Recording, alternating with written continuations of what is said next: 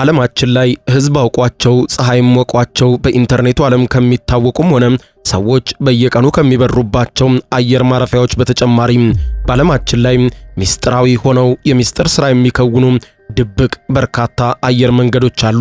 በዛሬው ፕሮግራም የማስመለክታችሁ በዓለማችን ላይ የሚገኙ ሚስጥራዊ አውሮፕላን ማረፊያዎቻቸውንና ተግባሮቻቸውን ነው።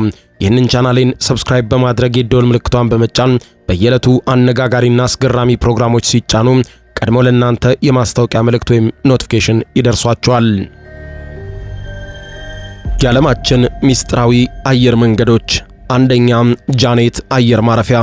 በሳምንት እስከ 190 የሚደርሱ በረራዎች እንደሚካሄዱበት የሚነገርለት ይሄው አየር ማረፊያ በላስ ቬጋስ የሚገኝ ሲሆን የዓለማችን ሚስጥራዊ አየር መንገድ የሚል ስያሜም ተቸሮታል። ለዓመታት ሚስጥር ሆኖ ተኮድኖ የቆየው ይሄው አየር መንገድ ጃኔት አየር መንገድ በውስጡ ለበረራ ያዘጋጀው አውሮፕላን ምንም አይነት ሎጎና ምልክትም ስያሜም ያልተሰጠው ቀይ መስመር ብቻ የተሰመረበት ሲሆን እነዚህ አውሮፕላኖች ይህ አውሮፕላን ማረፊያ ከመጋለጡ ቀድሞ በማካሬ አየር ማረፊያ በርካታ ሰዎችን አጭቀው ሲጓዙ ይታይ ነበር። ታዲያ በዚህ አውሮፕላን በወቅቱ ይጓጓዙ የነበሩበት የመንግስት ባለስልጣኖች አሊያም ምንም አይነት የወንጀልና ተያያዥ ጉዳዮች የሌሉበት ንጹህነቱ የተረጋገጠ የመንግስት ሰራተኛ ብቻ የነበረ ሲሆን ገብተው የሚሳፈሩት ሰዎች መዳረሻቸው ወዴት ነው የሚለው ግን ፈጽሞ የማይታወቅ ሆኖ ቆይቷል። ከዚህ አውሮፕላን ማረፊያ ወይም ኤርፖርት የሚነሱ አውሮፕላኖች ማረፊያቸው መዳረሻቸው የት እንደሆነ የሚገልጽ አንድም አካል ባለመኖሩ ይህንን ተከትሎ በርካቶች ለሴራ ትንተናም የሚከፍቱት ርዕስ ሆኖ ለዓመታት ጥያቄን አዘንብሎ ቆይቶ ነበር። አውሮፕላን ሲያርፍና ሲነሳ ይታያል። ከዚያ አውሮፕላን የሚወርዱ ወዴት እንደሚሄዱ አውሮፕላኖቹም ወዴት እንደሚበሩ አይታወቅም። አውሮፕላን ማረፊያው ለምን ጃኔት ተባለ የሚለውን ጥያቄ ተከትሎ ይህ ነው የሚባል ማብራሪያ ባለመሰጠቱ ጉዳዩን የሚተነትኑና ዓለም አቀፍ መገናኛ ብዙሃን ለጉዳዩ ቅርበት አላቸው የሚሏቸውን ጠይቀው አገኘነው ባሉት መሰረት የስሙ ትርጓሜ ራሱ ሚስጥራዊ ነው ይላሉ። ጃኔት የሚለውን ቃል ተንትነን ስናየው ጀስት አናዘር ነን ኤግዚስተንት ተርሚናል የሚል ስያሜ ይሰጣል። አየር ማረፊያው ሚስጥራዊ የመንግስት ተግባር የሚከወንበት አሊያም ከማይታወቁ አካላት ጋር የሚገናኙበት ነው ይላሉ። አንዳንዶች ዩፎን ከዚህ ጋር እያገናኙ ጃኔት የሚለው ስያሜ እንደ ቀድሞ ሳይሆን ጆይንት ኤር ኔትወርክ ፎር ኤምፕሎይ የሚል ስያሜ ነው በማለትም ያስቀምጡታል። ብዙ ሚስጥራዊ ጥያቄዎች መካሄዳቸውን ቀጥለው በተለይም የላስ ቬጋስ ነዋሪዎች ይህ በመዲናችን የሚገኘው አውሮፕላን ማረፊያ ተግባሩ ምንድነው እንወቅ ብለው ሰላማዊ ሰልፍ እስከ መውጣትም ደርሰዋል። የአሜሪካ መንግስት ተሳፋሪዎቹ የሚሄዱበትን ቀርቶ በቦታው አየር መንገድ እንዳለ እንኳን መረጃው ሚስጥራዊ አድርጎ መቆየቱ በትክክልም ስለ ቦታው የሚሰጡ የሴራ ትንታኔዎች ጆሮ እንዲሰጣቸው አድርጎ ቆይቷል። ነገር ግን አሁንም ቢሆን አውሮፕላኖቹ የት ናቸው፣ ከየት ተነስተው የት ይገባሉ የሚለው ሳይታወቅ አየር ማረፊያው ሚስጥራዊነቱን ጠብቆ ይኸውና እስካሁን ዘልቋል። ሁለተኛ፣ ላጀስ ፊልድ ወይም ደግሞ ላጀስ ኤርቤዝ የሚባለው አየር ማረፊያ ነው። በእሳተ ገሞራ በተፈጠሩት የአዞረስ ደሴቶች መካከል በጸጥታዋ የምትታወቅ የቴሬራ ደሴት አንድ ሚስጥር በውስጧ ሸሽጋለች። የአትላንቲክ ውቅያኖስን ሰማይና ምድርን ሶስቱንም በአንድ ያገናኘ በስፍራው ይኖራል ተብሎ የማይታሰብ ሚስጥራዊ አየር ማረፊያ። አውሮፕላን ማረፊያው የስፍራውን ስም ተከትሎ ከሚጠራበት ስያሜውም ሌላ በይፋ ኤርቤዝ ቁጥር 4 ሲባልም ተሰይሟል። ይህ በርካታ ጥቅሞች ላይ የሚውል ሚስጥራዊ አየር መንገድ ነው ይላሉ ስለ ሁኔታው ባለሙያዎቹ ሲያብራሩ። ይህንንም በዝርዝር ሲያስረዱ አንደኛው የፖርቹጋል አየር ኃይል በሚስጥር ለሚከውነው ሥራ ማረፊያው ነው ኤሪያ ነምበር 4 በማለት ይጠቀምበታል። እንዲሁም አዞረስ ኤርዞን ኮማንድ ይለዋል በማለት ያስቀምጣሉ። ሁለተኛው በአሜሪካ አየር ኃይል መከላከያ ክፍል በዩናይትድ ስቴትስ አየር ኃይልና በ65ኛው የአየር ቤዝ ክንፍ እንደሆነ ይናገራሉ። ሶስተኛው ቀጠናዊ የንግድ እንቅስቃሴዎች የሚካሄድበት አየር መንገድ በመሆኑ እንደዚህ አይነት ጥቅሞችን ይሰጣል በማለት ይገልጻሉ።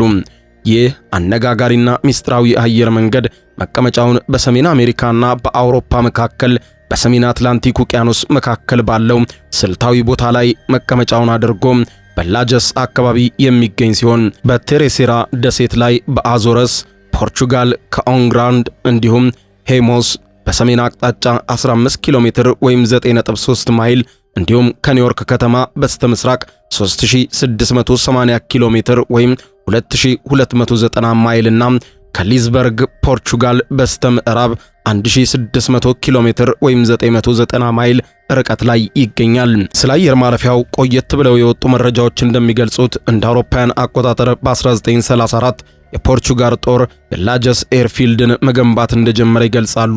በኋላም እንደ አውሮፓውያን አቆጣጠር በ1943 በሁለተኛው የዓለም ጦርነት ወቅት የብሪታንያና የአሜሪካ አውሮፕላኖች በአትላንቲክ መሃል አጋማሽ ላይ የጋራ እንቅስቃሴን ለመቆጣጠር ለመጠበቅ ከማስቻሉም በላይ በአሜሪካና በሰሜን አፍሪካ መካከል የነበረውን የበረራ ጊዜን ከ700 ወደ 40 ሰዓታት እንዲቆርጡ አስችሏቸው በጦርነቱ የበላይነትን አቀዳጅቷቸው ነበር።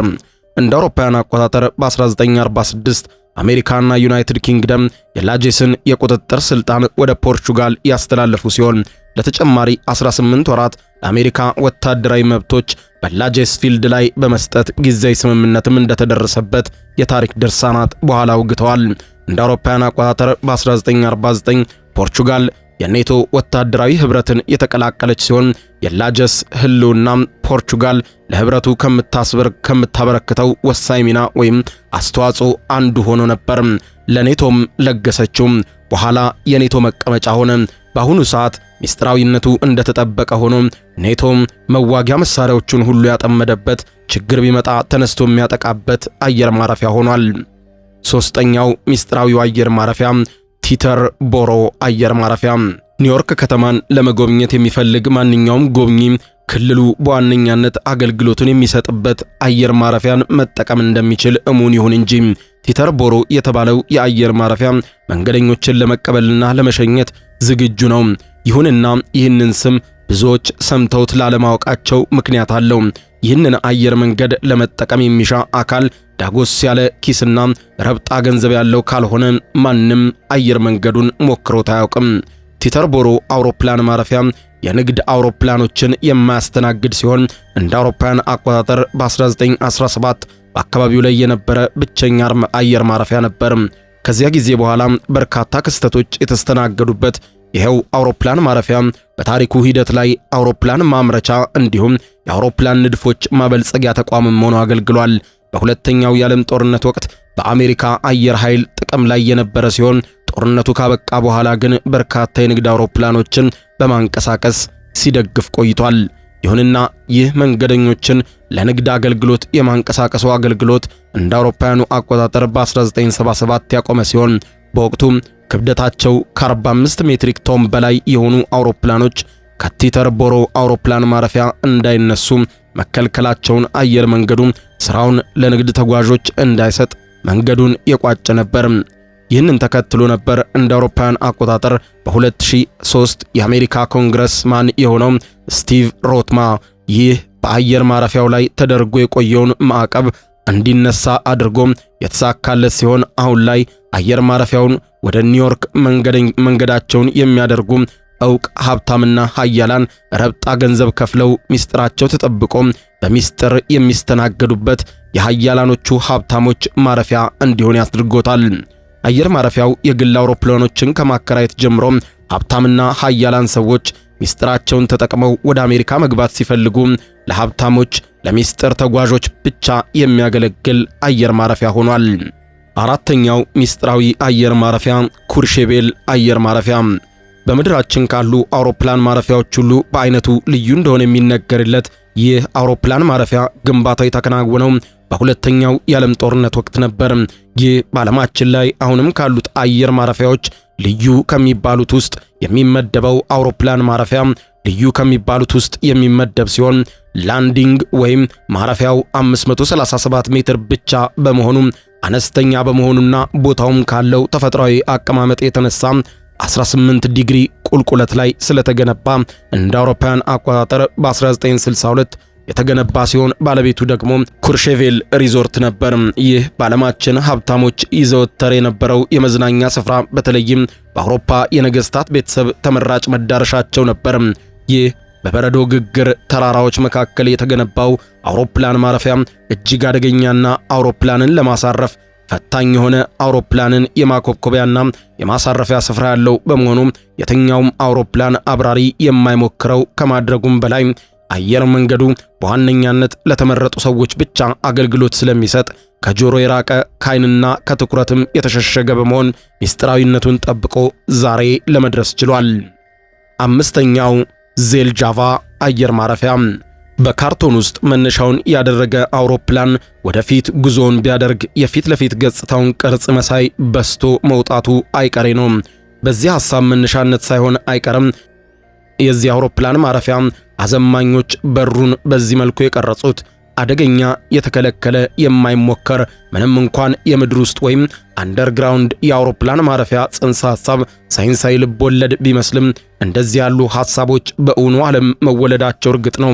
በቀድሞ ዩጎዝላቪያ ይህ ሐሳብ ከምናብ እይታም በዘለለ በምድር ላይ ወርዶ የታየ የዘመኑ ክስተት ነበር።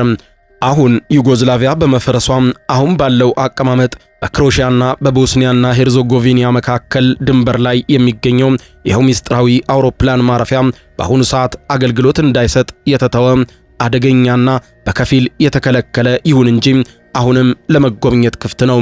ኦቢየት 505 በመባል የሚታወቀው ይህ አውሮፕላን ማረፊያ በፕሌቬሽንጋን ተራራ ስር የሚገኝ ሲሆን በአውሮፓ ውስጥ ካሉት ትላልቅ ተቋማት ውስጥ አንዱ ነበር። ወታደራዊ አዛዦችን ጨምሮ 2 አዳኝ ቡድኖችንና 1000 ሰዎችን የመያዝ አቅም ሲኖረው በአደጋ ጊዜ ተዘግቶ ለረጅም ጊዜ ያለምንም የውጭ ኃይል አስፈላጊነት የውሃና የኃይል ምንጮችን በውስጡ ያሉት አካላት መቆየት ይችላል። የተሰራው ጥንካሬ በተለይም የኒውክሌር አደጋ እንኳን ቢደርስ መቋቋም በሚችልበት ጥንካሬ የተገነባ ነበር። ለሚስጥራዊ የወታደራዊ ሥራ የተገነባው ይኸው አየር ማረፊያ ዛሬ ገሃድ ወጥቶ ለብዙዎች እንዲጎበኝ ተደረገ እንጂ ለዘመናት በሚስጥር የተያዘ አየር ማረፊያ ነበር።